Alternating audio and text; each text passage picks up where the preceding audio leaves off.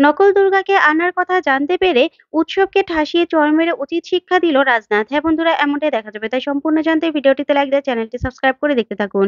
গল্পের শুরুতেই দেখা যাবে বৈদেহী দুর্গাকে বলতে থাকে, নকল একটা দুর্গা লাগবে আমাদের, বুঝতে পেরেছো? একটা ২০-২১ বছরের মেয়ে লাগবে। আর তুমি কে, তোমার নাম কি? তখন দুর্গা বলতে থাকে, আমার নাম পটেশ্বরী। আর আপনি একদম চিন্তা করবেন না, দুর্গা লাগবে তো হেব্বি একজন দুর্গা আপনাদের জন্য আমি রেডি করব। সবকিছু শিখিয়ে পড়িয়ে দেবো, আপনারা একদম চিন্তা করবেন না। তার জন্য ৫০ লক্ষ টাকা লাগবে। ৫০ লক্ষ টাকা পাঠিয়ে দিবেন। বুঝতে পেরেছেন? তখন বৈদেহী বলতে থাকে, ৫০ লক্ষ টাকা? তখন দুর্গা বলতে থাকে, হ্যাঁ, আপনারা একজন দুর্গা নিবেন, একদম নকল যে বুঝাই যাবে না। সবকিছু আসল, সবকিছু পাঠিয়ে দেব। জামা কাপড় যা লাগে সবকিছু দিয়ে দেব। বুঝতে পেরেছেন? আপনি যেরকম ভাবে বলবেন ঠিক ওরকম ভাবেই তৈরি করে দেব। তখনই বৈদেহী বলতে থাকে, সত্যি দুর্গা পাঠিয়ে দেবে তো? তুমি ঠিক কথা বলছো তো? তখনই দুর্গা বলতে থাকে, হ্যাঁ, একদম। দুর্গা একদম হুবহু দুর্গার মতোই হবে। আর চিন্তা করবেন না, একদম যেদিন বোর্ড অফ ডিরেক্টর মিটিং হবে সেই দিনই পাঠিয়ে দেব। আগে পাঠাবো না। যদি ওরা ধরতে পেরে যায় তখন বৈদেহী বলতে থাকে, বাহ! তুমি তো খুব কাজের মানুষ। তখন দুর্গা বলতে থাকে, হ্যাঁ, আমি তো অবশ্যই কাজের মানুষ। আপনারা একদম চিন্তা করবেন না। শুধু ৫০ লক্ষ টাকার ব্যবস্থা করুন। মালকুড়ি ছাড়ুন। তাহলে না আপনারা কাজটা পাবেন। তখনই বৈদেহী বলতে থাকে, তোমার কণ্ঠটা না খুব চেনা লাগছে। আর কথাগুলো শুনেছি মনে হচ্ছে। তখন দুর্গা বলতে থাকে, আরে এসব নিয়ে ভাববেন না তো। এসব ছাড়ুন। আমরা না এরকম ভাবে কথা বলি। আশ্রমে বড় হয়েছি তো। তাই আশ্রমের সব বাচ্চাদের আমি দেখাশুনো করি। আপনার কথা মতো আমি সব কাজ করে দেব। শুধুমাত্র টাকা লাগবে, টাকা। তখন উৎসব বলতে থাকে, মম কি বলছে? তখন বৈদেহী বলতে থাকে, বলছে ৫০ লক্ষ টাকা লাগবে। তখন উৎসব বলতে থাকে, দাও আমার কাছে ফোনটা দাও। তখনই উৎসব নিয়ে বলতে থাকে, আপনি টাকা চিন্তা করবেন না, ঠিক আছে? আমাদের একটা মেয়ে লাগবে। আর আপনি ঠিক ওরকম ভাবে সাজিয়ে দিবেন। তখন দুর্গা বলতে থাকে, হ্যাঁ, আপনি একদম চিন্তা করবেন না। ঠিক ওরকম ভাবেই মেয়েটাকে সব শিখিয়ে পড়িয়ে দেব। হুবহু দুর্গার মতো। দেখে না সবাই টাক লেগে যাবে। তখন এই কথা শুনে উৎসবও খুশি হয়ে যায়। তারপরে দুর্গা কথা বলে ওদিকে কালবোস বলতে থাকে, দুর্গা তুই কি বললি এটা? তখন দুর্গা বলতে থাকে, হ্যাঁ রে কালীবুড়ো, তুই জানিস না, ওই যে ডাইটিং করা ওষুধটা, ওই ওষুধটা আছে। আর সাথে ওই মন্তরা বুড়ি, বুড়ি বৈদিক মুখার্জি, সেও মিলিত আছে। আর সবকিছুর মধ্যে আছে তেলে জলে মিল খাওয়া ওই দিব্যা সেন। ওদেরকে না আমি এমন উচিত শিক্ষা দেব না, এমন করে নাচাবো, দেখ না কি করে আমার আঙুলে নাচাই। আগে টাকাটা তো জোগাড় করুক, টাকাটা পাঠাক। তখনই কালবৈষ্ণব বলতে থাকে, দুর্গা তুই ঠিক করছিস তো? পারবি তো? তখন দুর্গা বলতে থাকে, তুমি কালীপুরে একদম চিন্তা করো না। দেখো না ওদের কি অবস্থা করি। ওরা কি ভেবেছে দুর্গাকে এত সহজে ওরা হার মানিয়ে দিবে? সেটাও ওদের পক্ষে সম্ভব নয়। বুঝতে পেরেছ? অন্যদিকে দেখা যাবে স্বয়ংব সেই ডক্টর ভূমিকে জেরা করতে থাকে, ইন্টারোগেট করতে থাকে আর বলতে থাকে, বলুন, বলুন আপনাকে কে জগদ্ধাত্রীর অপারেশন করতে বলেছিল? বলুন, কেন করেছিলেন এটা? কেন করেছিলেন? কিন্তু ডক্টর ভৌমিক কিছুতেই মুখ খুলতে চায় না। আর বলতে থাকে, আমি কিছু জানি না। আমি কিছু জানি না। আমার অসুস্থ লাগছে। শরীর খারাপ লাগছে। আমাকে হসপিটালে ভর্তি হতে হবে। আমাকে ডক্টর দেখাতে হবে। তখন স্বয়ং বলতে থাকে, কি ভেবেছেন আপনি? ডক্টরের বাহানা দিয়ে আপনি এখান থেকে বেরিয়ে যাবেন? সেটা পারবেন না। সেমন কিছু হলে আমি আপনার অপারেশন করব। বুঝতে পেরেছেন? ছুরি-কাঁচি নয়। সোজা বন্দুক দিয়ে গুলি করব।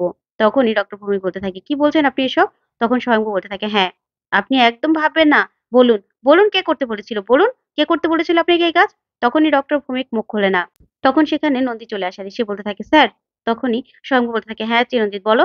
তখনই চিরঞ্জিত বলতে থাকে, স্যার উপর মহল থেকে অর্ডার এসেছে।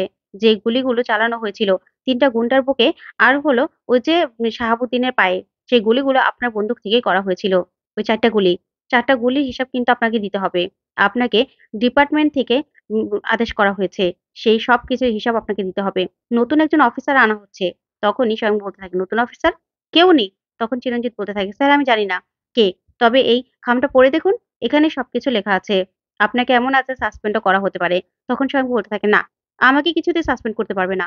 জগদ্ধাত্রীর এই অবস্থার জন্য যারা দায়ী, তাদেরকে আমি ধরবই, তাদেরকে আমি শাস্তি দেবই। তার আগে আমি কোত্থাও যাব না। তখনই চিরঞ্জিত সেখান থেকে চলে যায়। তখন স্বয়ংবর কাছে ফোন আসে। কি স্বয়ংভর মুখার্জি? আপনার গুলি কম পড়েছে, তাই তো? গুলি কম পড়লে আমাকে বলবেন। আমি না গুলি আর ওই রিভলভার সবকিছু ব্যবস্থা করে দিব। তখন স্বয়ংভর বলতে থাকে, কি বলতে চাও তুমি? কি বলতে চাও? তখন দুর্গা বলতে থাকে, হ্যাঁ, ওই যে ৩ টা গুন্ডাকে আমি শুট করেছিলাম আপনার বন্দুক থেকে। আর শাহাবুদ্দিনকে আমি শুট করেছিলাম। বুঝতে পেরেছেন? সবকিছুর হিসাব না আমি পাঠিয়ে দেব। আপনার বন্দুক, আপনার গুলি সবকিছুর হিসাব পাঠিয়ে দেব। তখনই স্বয়ং বলতে থাকে, কি চাও তুমি? কি চাও? কি করতে চাও তুমি? আর তুমি আমার বন্দুক কি করে পেলে? কি করে পেলে বলো? তখন দুর্গা বলতে থাকে, পাবোই তো। আমি তো আপনার। তখন স্বয়ং বলতে থাকে, কে? তুমি আমার? কে? তখন দুর্গা চুপ করে যায়। আর বলতে থাকে, হ্যাঁ, সময় হলে সবটা জানতে পারবেন।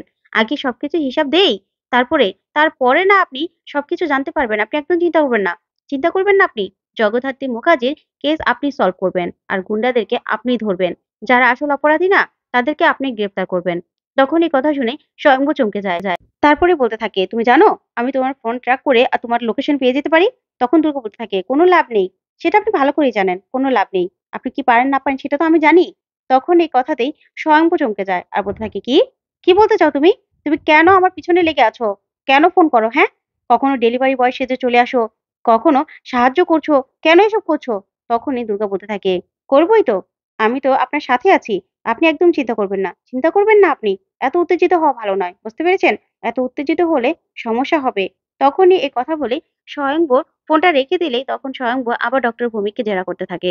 তখন দুর্গা আবার ফোন করে। আর ফোন করেই বলতে থাকে, শুনুন এই ডক্টর ভৌমিককে না জেরা করে কোনো লাভ নেই। ওনার মুখ থেকে কোনো কিছু বেরোবে না। কারণ সহজ ডাক্তার তো। তখন স্বয়ং বলতে থাকে, তাহলে কি করব সেটা তোমার থেকে জানবো? তখন দুর্গা বলতে থাকে, হ্যাঁ জানবেন তো, দরকার হলে জানতে হবে না?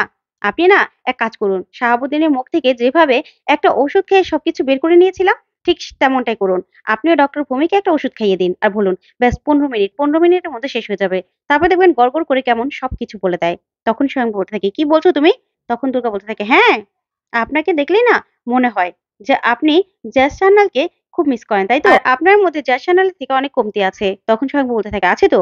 জ্যাজ সান্যাল আমাদের ডিপার্টমেন্টের একদম গর্ব ছিল। জ্যাজ সান্যালের কথা সবাই মনে করে। জ্যাজ সান্যালকে আমরা খুব মিস করি, খুব মিস করি। তখন দুর্গা বলতে থাকে, আমিও মিস করি। তখন স্বয়ংভু বলতে থাকে, তুমি কেন মিস করো? তখন দুর্গা বলতে থাকে, হ্যাঁ আছে কোনো ঋণ, তার জন্য। তখন স্বয়ংভু জিজ্ঞাসা করলে দুর্গা বলে না আর বলতে থাকে, দেখুন আপনাকে আমি যেটা বলেছি সেটা করুন। আপনার সামনে ঠিক সবকিছু ক্লিয়ার হয়ে যাবে। আপনি চিন্তা করবেন না। তখন এই কথা বলে দুর্গা ফোনটা রেখে দিলেই স্বয়ংভু ভাবতে থাকে, কে এই মেয়েটা? বারবার আমাকে হেল্প করছে, আমাকে ফোন করছে। কে হতে পারে? তখন এই কথা ভেবে স্বয়ংভু চিন্তা করতে থাকে। ওইদিকে দুর্গা ইমোশনাল হয়ে পড়লে কালবৈশাখী শুভম বলতে থাকে, "কিরে দুর্গা কি হয়েছে?" তখন দুর্গা বলতে থাকে, আমার বাপটার সঙ্গে কথা বললে আমি ইমোশনাল হয়ে যাই। নিজেকে না ঠিক রাখতে পারি না।" এই বলে দুর্গা খুব কষ্ট পেতে থাকে আর বলতে থাকে, "আজকে আমার মায়ের এই অবস্থার জন্য যারা দায়ী আর আমার বাবার থেকে আমাকে দূরে রাখার জন্য যারা দায়ী, সবাইকে আমি শাস্তি দেব, সবাইকে।" অন্যদিকে দেখা যাবে বৈদেহী মুখার্জি রাজনাথ মুখার্জিকে গিয়ে বলতে থাকে, "৫০ লক্ষ টাকা লাগবে আমার।" তখন রাজনাথ বলতে থাকে, "৫০ লক্ষ টাকা কেন? কিসের জন্য লাগবে তোমার?" তখন বৈদেহী বলতে থাকে, "এত বছর ধরে আমাদের বিয়ে হয়েছে। আমি কখনো কি ৫০ লক্ষ টাকা চেয়েছি? চাইনি তো। আজকে চাইছি, আমার দরকার আছে।" তখন রাজনাথ বলে, "কিসের জন্য দরকার আছে বলতে হবে তো।" তখন উৎসব বলে, "দেখো ড্যাড, আমার দরকার। দরকার তোমাকে দিতে হবে। এত কৈফিয়ত চাইবে না তো।" তখনই রাজনাথ বলতে থাকে, "কেন কৈফিয়ত চাইবো না? তোমার মমের এত কিসের দরকার টাকাটা? ওর যা দরকার সবকিছু তো পৌঁছে যাচ্ছে। তাহলে হঠাৎ করে টাকার কি দরকার হলো?" তখনই বৈদেহী বলতে থাকে, "দেখো, এত প্রশ্ন করবে না। তুমি না সবকিছু উর্মিলা মুখার্জির জন্য করো, তাই তো?" তখন রাজনাথ বলে, "দেখো ওর নাম একদম আনবে না। আনবে না তুমি।" তখন উৎসব বলতে থাকে, "ড্যাড, তুমি আমাকে কোনরকম কোনো ফ্যাসিলিটি দাওনি।